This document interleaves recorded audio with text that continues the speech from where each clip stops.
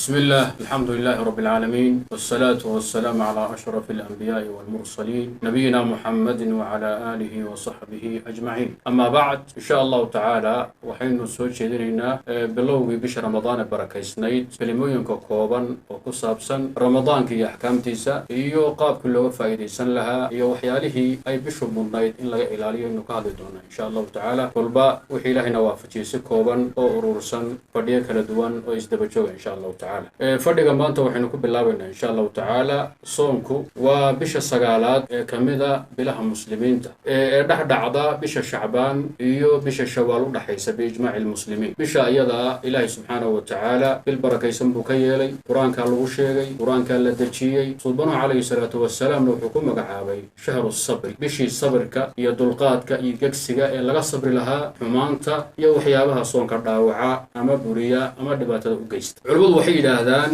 bishu soon waxaa weeye waxaa laga xasilayaa oo laga sariiganayaa waxyaabaha aan aadamaha ku wacnayn bisha gudaheeda iyo bilaha kaleba soomkuna waa alimsaaku walkafu can ilxaraka asalkiisu salaaduna waa alxaraka dhaqdhaqaaq khayr leh ayaa salaada iyada lagu tilmaamay soonkuna ka gaabsi iyo xasilooni laga xasilo waxyaabaha xunxun ee ba'an ayaa lagu tilmaamay culimadu waxay yidhaahdaan bishu soon waxaa weeye waxaa laga xasilayaa oo laga sariiganayaa waxyaabaha aan aadamaha ku wacnayn bisha gudaheeda iyo bilaha kaleba soomkuna waa alimsaaku walkafu can ilxaraka asalkiisu salaaduna waa alxaraka dhaqdhaqaaq khayr leh ayaa salaada iyada lagu tilmaamay soonkuna ka gaabsi iyo xasilooni laga xasilo waxyaabaha xunxun ee ba'an ayaa lagu tilmaamay maadaama salaaduna ay dhaqdhaqaaq iyo xaraka tahay soonkuna uu yahay xanibaad iyo xasilooni iyo deganaansho aad nafta xabisayso ka xabisayso xumaha ayaa rabbi subxaanahu wa tacaala qur-aanka dhowrka meelood isku ladhay salaada iyo soonka wastaciinuu bisabri wasalaa wa inaha lakabiiratun ila cala alkhaashiciin yaa ayuha aladiina aamanuu istaciinuu bisabri wasalaa ina allaha maca asaabiriin idan salaadu marka khayrkaad u dhaqaaqaysaa soonkuna xumaha ayaad nafta ka xanibaysaa saasaa loo yidhi bishii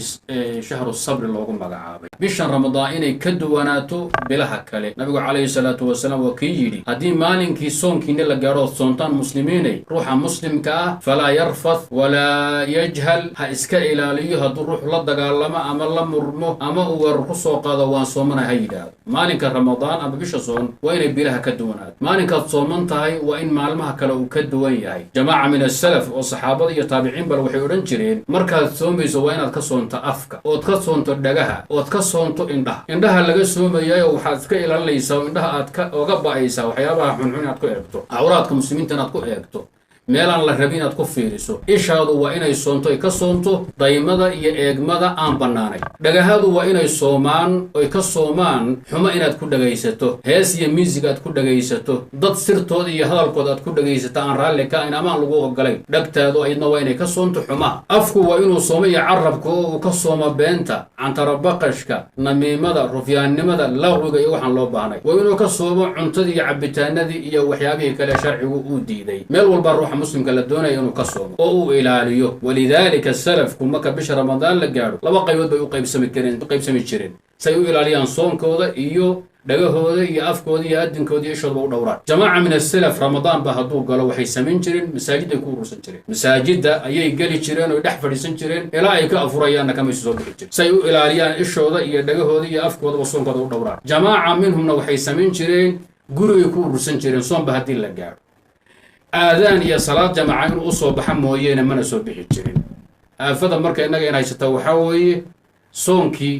iyo bishii soon iyo maalinkii soon waxaynu u aqdaamanaynaa sidii horaana aynu u kaftami jireen u aqdaaman jirray aynu u bardoodami jirray baynu u wadaynaa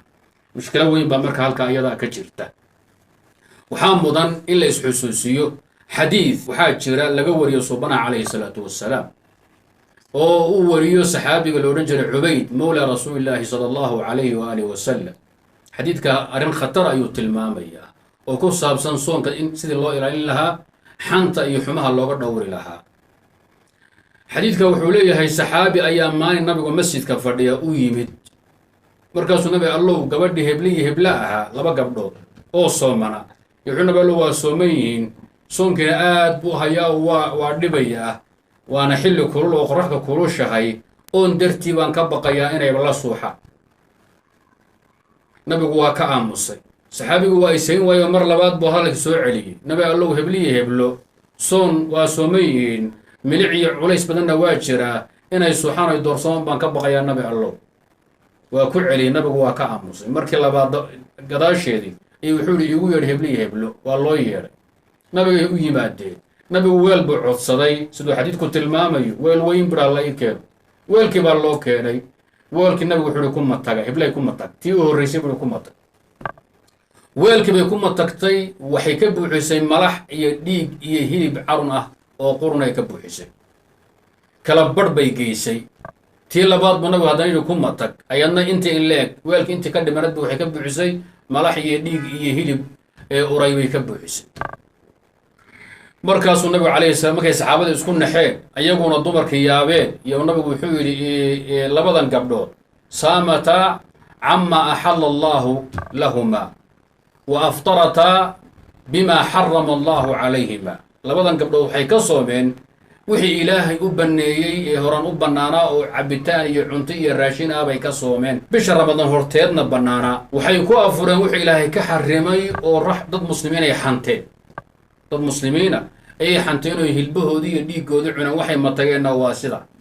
xadiidka asaga xadiid culus weeye jamaaca min as-salaf ba waxay ka qaateen xadiidka asaga ruuxa muslimka asagoo sooman hadduu wax xanto ama uu wax isku diro rufyaan noqdo ama uu been sheego soonkiisu inuu burayo